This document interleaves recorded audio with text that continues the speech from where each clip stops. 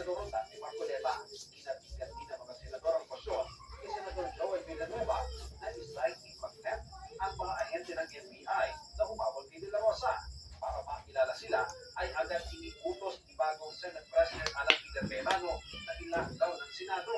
Nagulat naman kay Cayetano nang nag-decide na shorted of arms, lumabas na pasado na 7 ng umaga nang makipag-coordinate sa kanya si NBI NCR Chief Atty. Donggalo kaugnay sa isang arrest warrant. As per agreement, the supposedly arrest should be effected when the warrant of arrest is presented as per guidance of former Senate President Vicente C. Soto. Ay pasagulan, ipinakita ko mano ang warrant kay Hoy Senate President Tito Soto. Pero sabi ni Soto, hindi naman niya alam na magpapakita si De La Rosa sa Senado.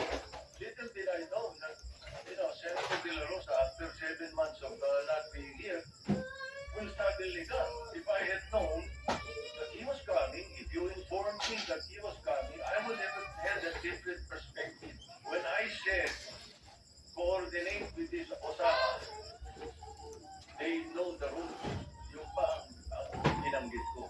It was the NBI director who said, pinayagan kami ni Senator Soto. Kung pinayagan naman kayo, they may decide, yes, Mr. President. So, ang sinabi ko sa kanila, assuming pinayagan kayo ni Senator Soto, hindi naman siguro siya pumayag makipag-habulan kayo, di ba? Ako, ang instructions niyo is hanggang lang hanggang doon lang sa picture bago mag-session hall, hahabulin niyo. And then, hindi niya na sinagot yun. Hawak na kalagaw ng Senado ay nagkaroon ng komosyon sa harap ng labi ng Senado. Sugatan ng isang miyembro ng USAA ng harangin umano ang mga taga-FBI na lumabas ng gusali bandang 7:30 kagabi. Still confined in Makati Med.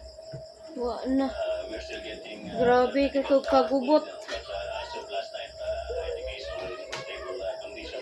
Mga alas 10 kagabi ay napagkasunuan ni Cayetano at NBI Director Melvin Matibag na ikilalanin ng NBI ang pagsasailalim sa protective custody kay De La Rosa kahit may ICC arrest warrant. Habang sa kustodiya naman ng NBI mananatili ang mga ahente kumabot kay De La Rosa kahit cited in contempt ng Senado. Wala ko pang sugid sila tanan no?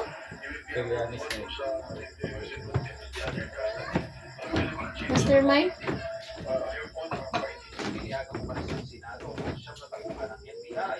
Anytime the Senate will propose their presence, the NBI will present it. Sa ngayon, patuloy na sinisiyasat ng USAA kung sino sa mga ahente